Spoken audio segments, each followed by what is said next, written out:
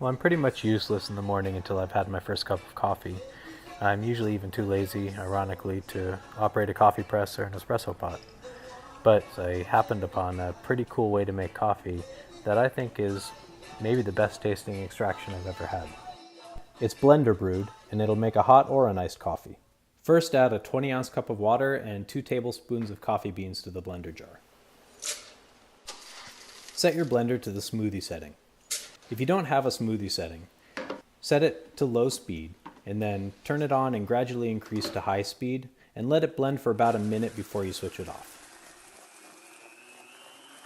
For a hot cup of coffee, set your blender to the soup setting, and the blender will heat it as it blends. If you don't have a soup setting, continue the blend on high for about 5 to 7 minutes until a lot of steam starts coming out of the lid.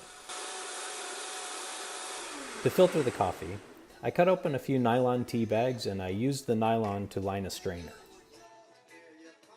Then I fold a nut milk bag or a yogurt straining bag and I place it on top of the tea bag nylon to filter out the larger sediment.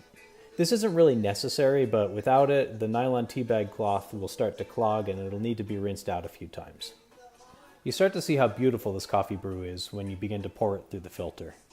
It's a milky satin taste and texture. The blending releases lipids and proteins from the beans that aren't extracted through other brewing methods. It's quite similar to the process of making soy milk or almond milk, actually.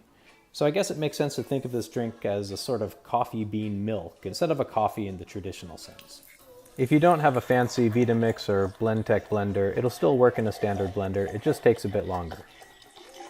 The result is a coffee brew that tastes creamy and milky even with no milk added to it. Try it out and let me know what you think.